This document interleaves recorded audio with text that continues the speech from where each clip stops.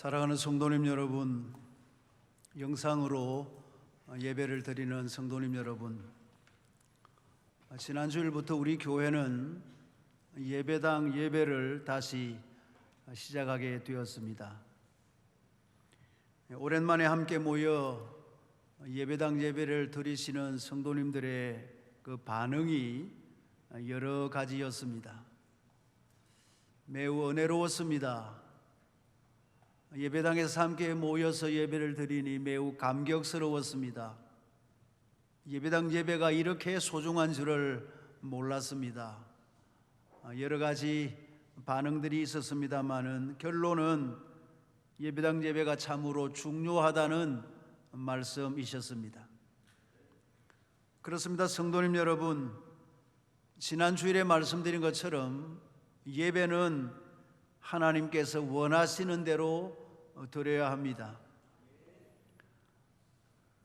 그동안 우리가 온라인 예배나 가정 주일 예배를 드린 것은 코로나19라는 특별한 사정 때문에 드린 것이지 이것은 정상적인 예배는 아닙니다. 예배를 어떻게 드려야 하는 문제는 예배를 드리는 우리가 결정하는 것이 아니라 예배를 받으시는 하나님께서 결정하시는 것입니다. 하나님께서 원하시는 대로 예배를 드려야 하는데, 하나님께서 원하시는 것은 우리가 함께 모여서 예배를 드리는 것이라 하는 것을 지난 주일에 말씀드렸습니다. 그러기에 오늘 이처럼 예배당에 나와서 예배를 드리는 사랑하는 성도님 여러분, 참 잘 오셨고 진심으로 환영하며 감사를 드립니다. 성도님 여러분, 세상의 모든 일에는 다 때가 있습니다. 전도서 3장에 있는 말씀처럼 범사에 기한이 있고 천하 만사가 다 때가 있나니, 그렇습니다. 모든 일에는 다 때가 있는데 오늘은 이 설교를 드려야 할 때인 것 같습니다. 그래서 오늘 아침에는 새로운 시대를 잘 준비합시다 라는 제목으로 말씀을 드리려고 합니다. 한번 같이 해 주시겠습니까? 새로운 시대를 잘 준비합시다.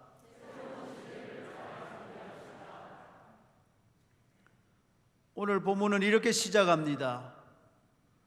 여호와의 종 모세가 죽은 후에 여호와께서 모세의 수종자 눈의 아들 여호수아에게 말씀하여 이르시되, 하나님의 위대한 종 모세가 갑자기 세상을 떠나가고 그의 수종자였던 여호수아가 이스라엘의 지도자가 되는 그런 순간입니다. 2절에 내 종 모세가 죽었으니 이제 너는 이 모든 백성과 더불어 일어나 이 요단을 건너 내가 그들 곧 이스라엘 자손에게 주는 그 땅으로 가라. 여호수아야, 내 종 모세는 죽었다. 이제는 내가 지도자이다.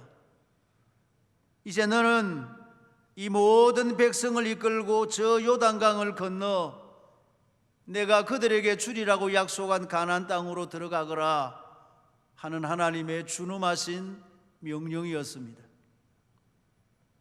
드디어 모세 시대가 끝나고 여호수아 시대가 도래한 것입니다. 새로운 시대를 향한 새 출발의 장정이 시작이 되어진 것입니다.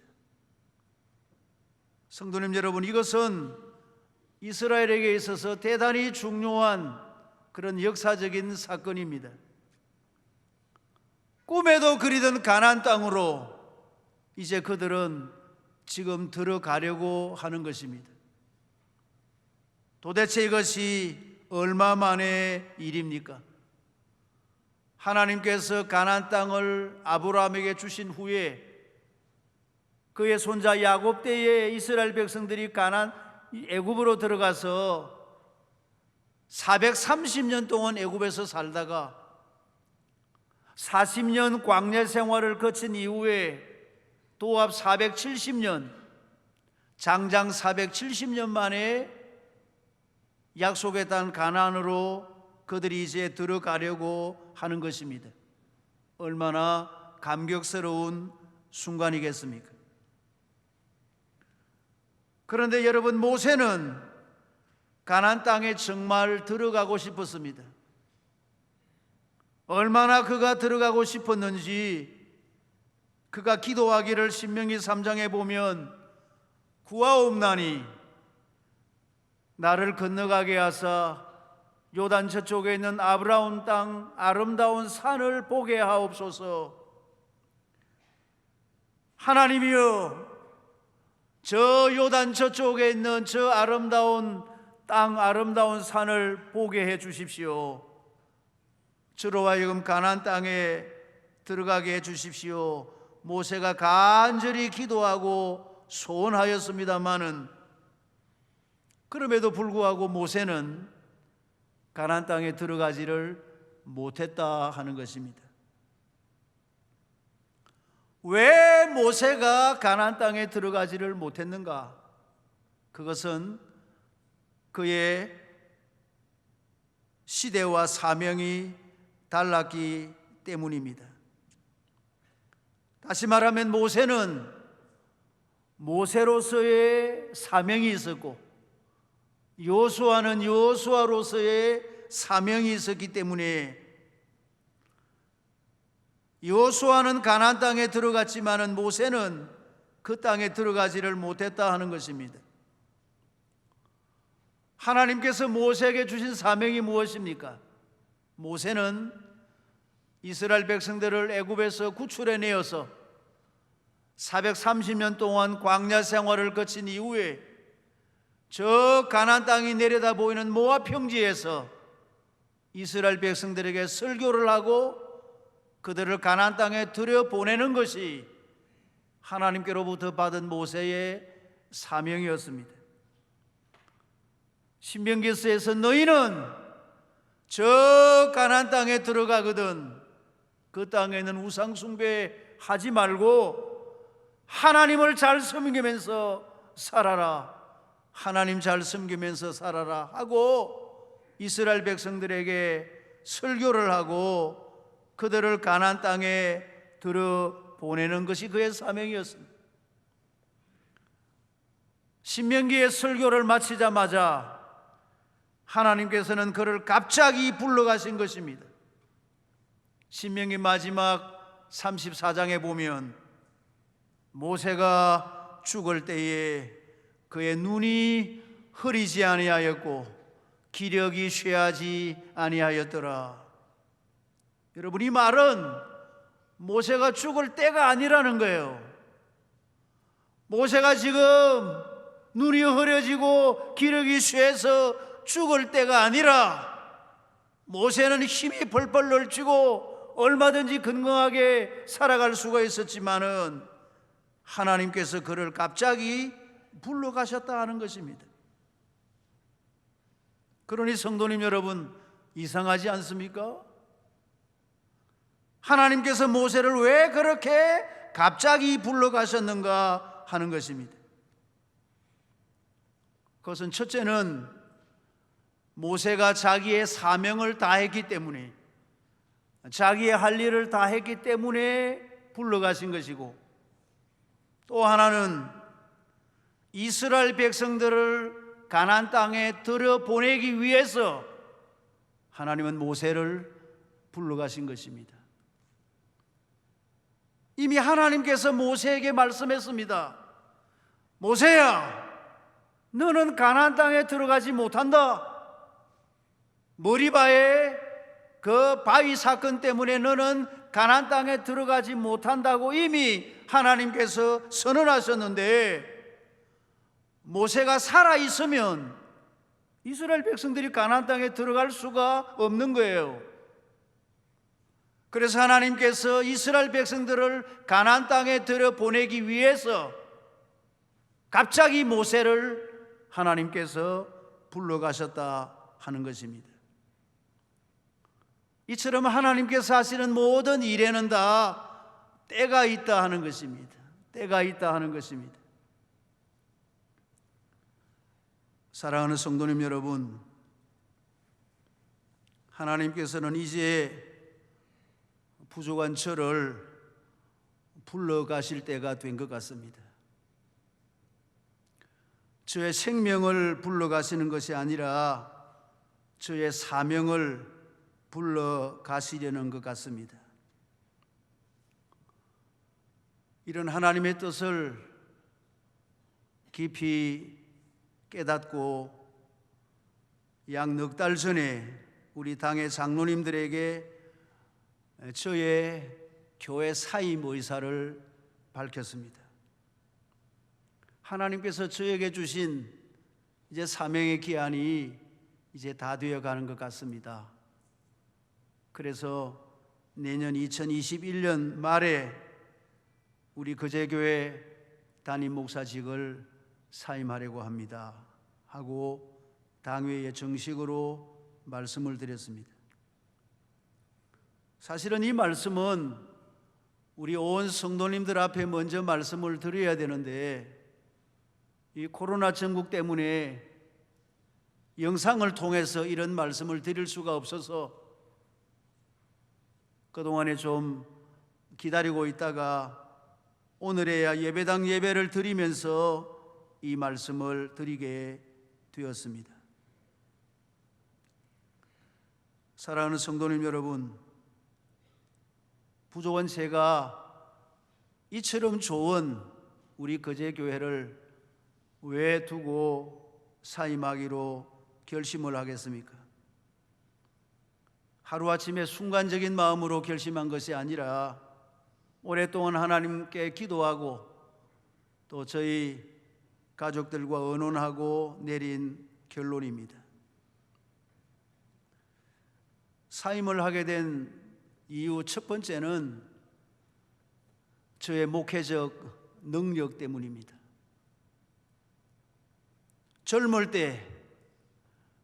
때의 열심과 열정과 뜨거움과 감각이 이제는 거의 다 소진되어졌기 때문입니다.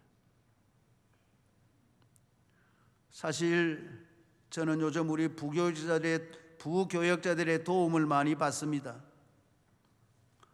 어떤 행사나 프로그램을 계획할 때 우리 부교역자들이 저보다 훨씬 더 멋지고 참신한 아이디어를 많이 냅니다. 저는 젊은 교역자들의 감각을 따라가지를 못합니다. 저도 한때는 젊을 때가 있었습니다. 제가 담임 목사를 시작할 때가 나이가 34살이었는데 그 젊은 나이에 저 해운대구 반송동에 있는 반송교회에 담임 목사로 청빙을 받아서 부임을 해서는 그 젊은 나이에 얼마나 열심히 했는지 모릅니다.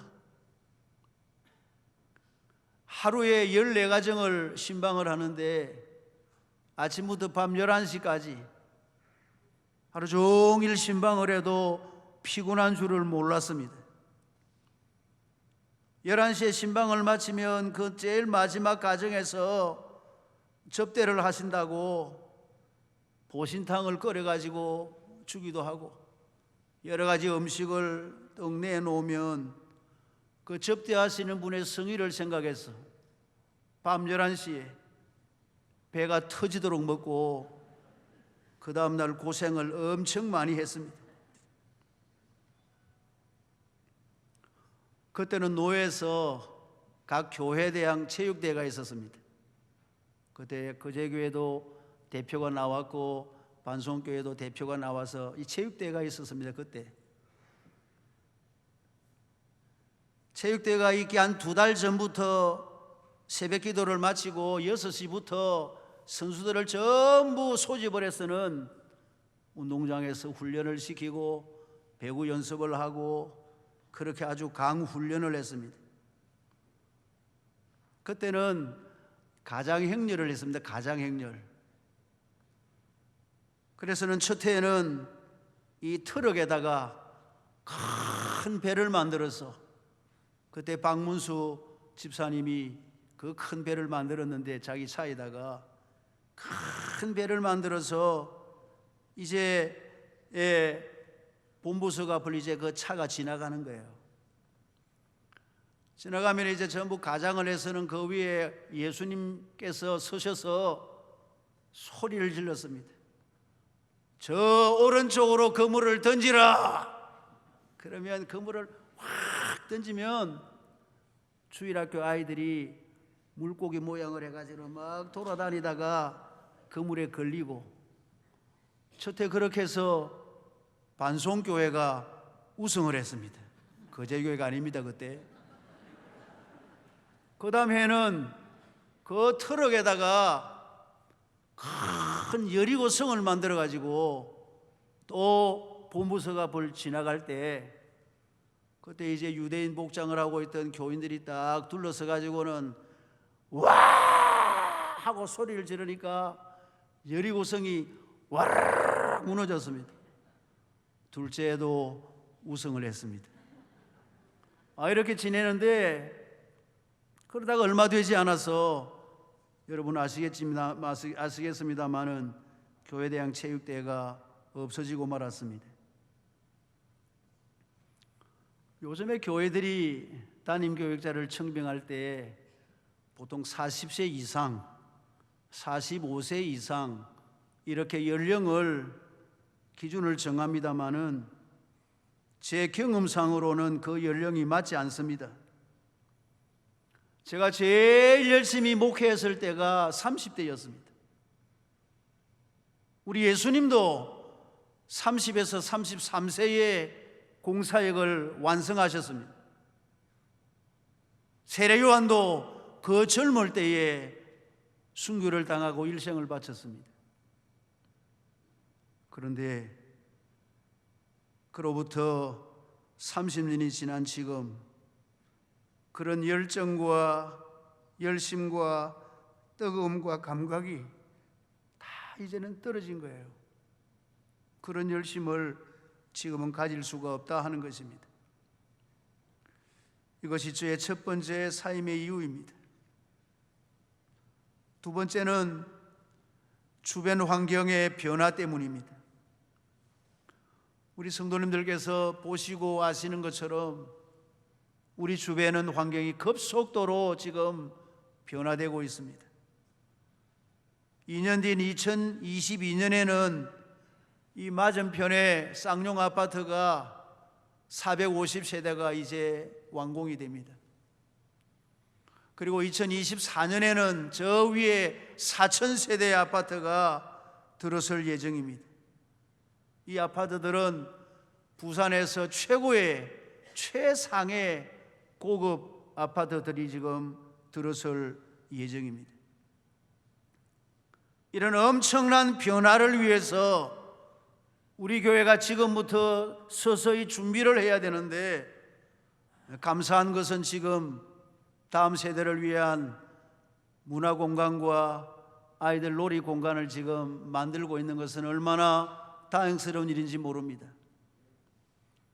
이렇게 이 주변을 위해서 대비를 해야 되는데, 중요한 것은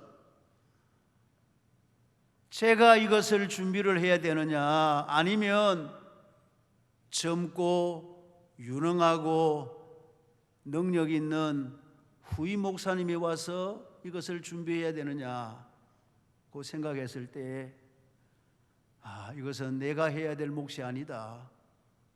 이것은 젊고 유능하고 활기 넘치는 후임 목사님이 오셔서 이것을 준비하는 것이 좋겠다 하는 결론을 내리게 된 것입니다. 그리고 세 번째는 새로운 교회의 미래 때문입니다. 현재 저는 우리 교회 안에 어른 세대들, 연세 드신 어른 세대들은 저를 아직도 그래도 좀 좋아하시는 것 같아요. 제가 이렇게 보면 어른 세대들에 대해서는 인기가 좀 있는데, 젊은 세대들은 저를 별로 가까이 하지 않습니다. 아이들은 아예 쳐다볼 생각도 안 하고, 20대, 30대 젊은이들이 제 주위에 잘 모이지 않습니다. 심지어 40대, 50대들도 저를 별로 가까이 하는 것 같지를 않습니다. 스스로가 세대 차이를 느끼고 있습니다. 여러분, 요즘 대기업을 보면 그 삼성이나 LG 같은 큰 대기업의 사장단의 연령이 평균 50세에서 55세입니다. 50세에서 55세. 55세 이상이 되면 시대의 감각을 따라잡을 수 없다 하는 거예요.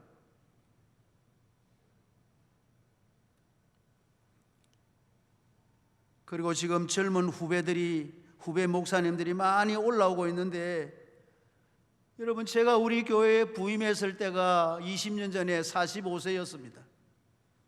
지금 우리 교회에 오강렬 목사님이나 또 이상은 목사님, 김진호 목사님이 45세가 넘었어요. 이 말은 저분들이 얼마든지 교회를 목회할 수 있는 연령이 되었다 하는 거예요. 저런 쟁쟁한 후배들이 커 올라오고 있는데 내가 교회를 버티고 있어야 되겠느냐 말이에요. 저 후배들에게 교회를 섬길 수 있는 기회를 드려야 되지 않는가 하는 것입니다. 성도님 여러분, 교회가 변하려면 가장 먼저 담임 목사가 변해야 됩니다. 그래서 현재 우리 당회에서 후임 목사 청빙위원회를 구성을 해서 준비를 하고 있습니다. 우리 성도님들께서 기도하실 일은 내년 말까지 우리 교회 좋은 후임 목사님이 세워져서 우리 교회를 계속해서 잘 섬겨갈 수 있도록 우리가 기도하고 또 좋은 목사님을 모시기 위해서 더 많이 노력해야 될 것입니다. 그런데 또 하나 감사한 것은 교회는 새로운 변화를 위해서 우리 당회 장로님들께서 아주 중요한 결정을 한 가지 하셨습니다. 우리 헌법의 모든 직분자들은 70세까지 봉사를 하게 되어 있습니다. 그래서 70세까지 정년까지 다 일을 하세요. 먼저 은퇴하려고 하는 분도 계셔도 제가 늘 70세까지 하세요, 그렇게 우리 성도님들에게 많이 강조를 하고 있습니다. 그런데 우리 장로님들께서 이 시대의 새로운 변화를 위해서 시무장로를 65세까지 하고 나머지 66세부터 70세까지는 사역장로를 하면서 교회를 섬기는 일에 전념하겠습니다. 그래서 우리 장로님들께서 그렇게 하기로 당에서 결정을 하고 오늘 오후에 공동회의를 하려고 하는 것입니다. 우리 장로님들의 그런 주장과 그런 결정을 우리 교회가 받아줄 것인가 안 받아줄 것인가 하는 문제를 오늘 오후에 공동회의를 하게 된다 하는 것입니다. 오늘 오후에 다 오셔서 장로님들의 이 생각을 우리 성도님들께서 잘 판단하셔서 결정을 해 주십사 하는 것입니다. 성도님 여러분, 시기가 코로나 전국이고 이런 말씀을 드리기가 적합하지 않은 그런 때이지만은 그러나 말씀을 드리지 않을 수가 없기 때문에 오늘 부득이 오늘 이 말씀을 드리는 것입니다. 우리 성도님들 가운데 한 분도 흔들리지 마시고 조금이라도 섭섭해하거나 부담스러운 생각 갖지 마시고 계속해서 함께 신앙생활을 잘 해가시면 됩니다. 우리 교회 중직자들, 장로님들과 장립 집사님, 권사님들은 마음을 하나로 잘 모으셔서 이런 때에 우리가 마음이 하나가 되어야 됩니다. 마음을 하나로 잘 모아서 성도님들을 돌아보고 함께 교회를 잘 섬겨가셔야 될 것입니다. 저는 은퇴를 해도 우리 교회에 나오고 싶습니다. 혹 교회에서 나오지 마세요 하면 못 나오지만은 제가 여기 20년, 21년을 입고 있는데 어디를 가겠느냐 말이에요. 사익동 교회 가서 뒤에 앉아 있겠습니까?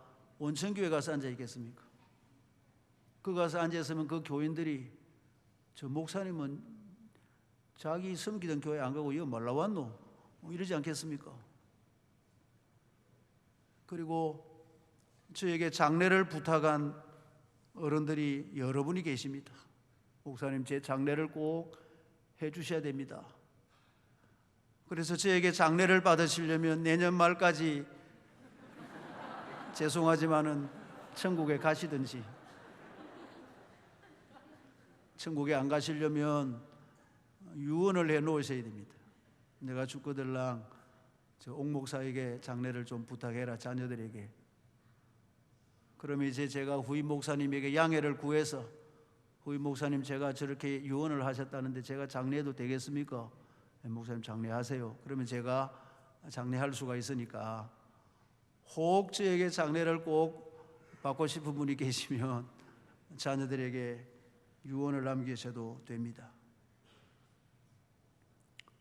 사랑하는 성도님 여러분, 오늘 설교 제목이 새로운 시대를 잘 준비합시다 라는 제목인데, 이제 우리는 새로운 시대를 살아야 됩니다. 오늘 이 본문에서 말하는 새로운 시대가 무엇인가?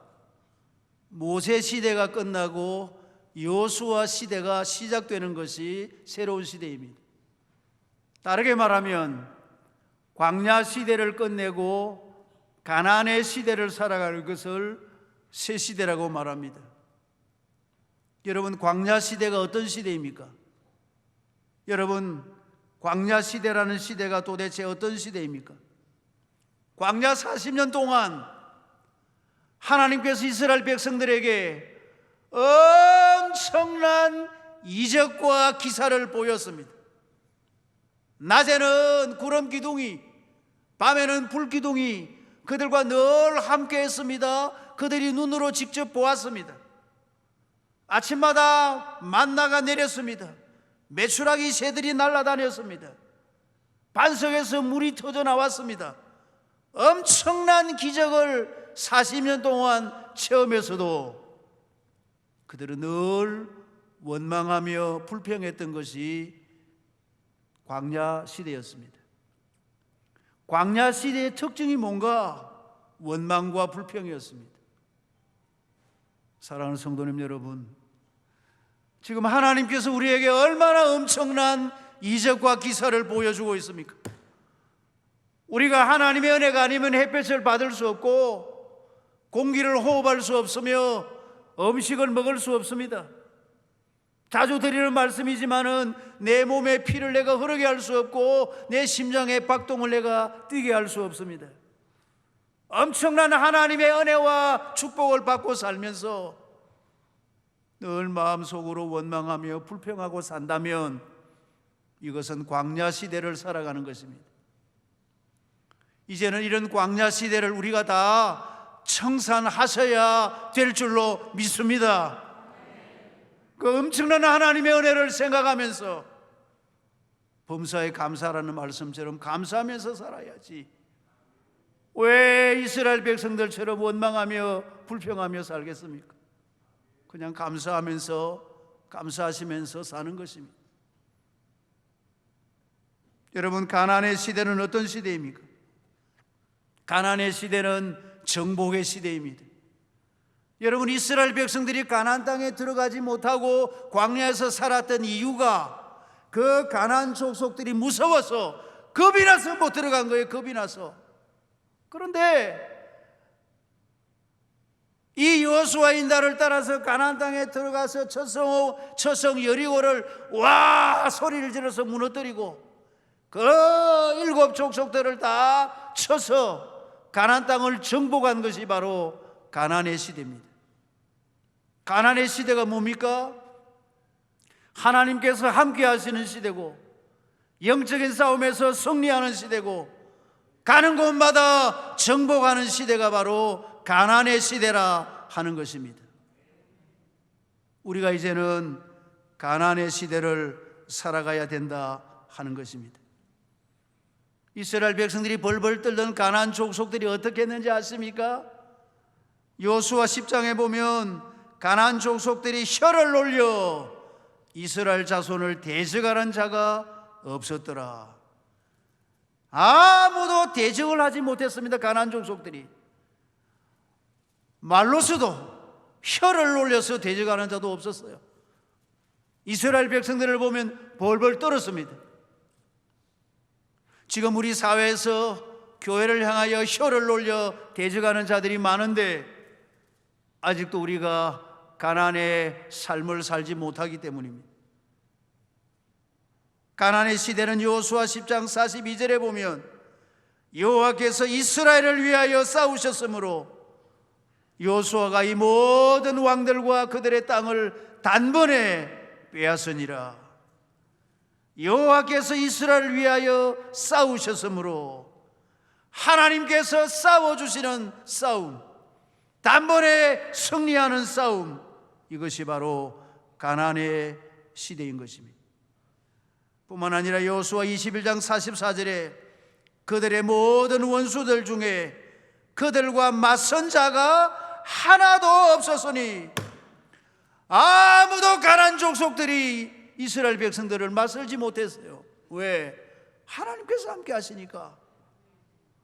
우리가 성령으로 충만하고 예수 그리스도로 충만해서 나가면 얼마든지 영적인 싸움에서 승리하게 될 줄을 믿습니다. 성도님 여러분, 오늘 본문에 나오는 여호수아는 누구를 상징합니까? 여호수아와 함께 들어가야 가나안 땅을 차지하는데 오늘 이 시대의 여호수아는 누구이십니까? 여호수아, 예수 그리스도, 우리 예수님이 바로 여호수아입니다. 여호수아와 함께 들어가서 가나안 땅을 정복한 것처럼 예수 그리스도와 함께 나아가면 얼마든지 영적인 싸움에서, 마귀와의 싸움에서, 세상과의 싸움에서 승리하게 될 줄을 믿습니다. 주님과 함께라면, 주님께서 함께 하시면 얼마든지 싸워 이길 수가 있는 것입니다. 이런 가나안의 시대를 살아가게 되시기를 주님의 이름으로 축원합니다. 오늘 말씀을 맺겠습니다. 사랑하는 성도님 여러분, 이런 때일수록 우리가 정신을 차려야 됩니다. 우리 온 교회 모든 성도님들이 정신을 차리고 한 마음이 되셔서 새로운 시대를 잘 준비해 가시면 좋겠습니다. 우리의 대장이신 여호수아, 우리의 대장이신 예수님과 함께 이 죄악의 세상, 거제동과 연제구와 부산 땅을 정복하고 마귀와의 싸움에서 승리를 거두고 승리의 깃발을 높이 세우는 우리 거제교회가 되어야 할 줄로 믿습니다. 한 분도 빠짐없이 여호수아를 따라서 가나안 땅에 들어갔던 이스라엘 백성들처럼 예수 그리스도와 함께 우리의 영원한 가나안 천국에 한 사람도 빠짐없이 천국에 다 들어가시는 우리 교회가 되셔야 할 줄로 믿습니다. 이런 은혜가 우리 온 교회 위에 함께 하시기를 주님의 이름으로 축원합니다.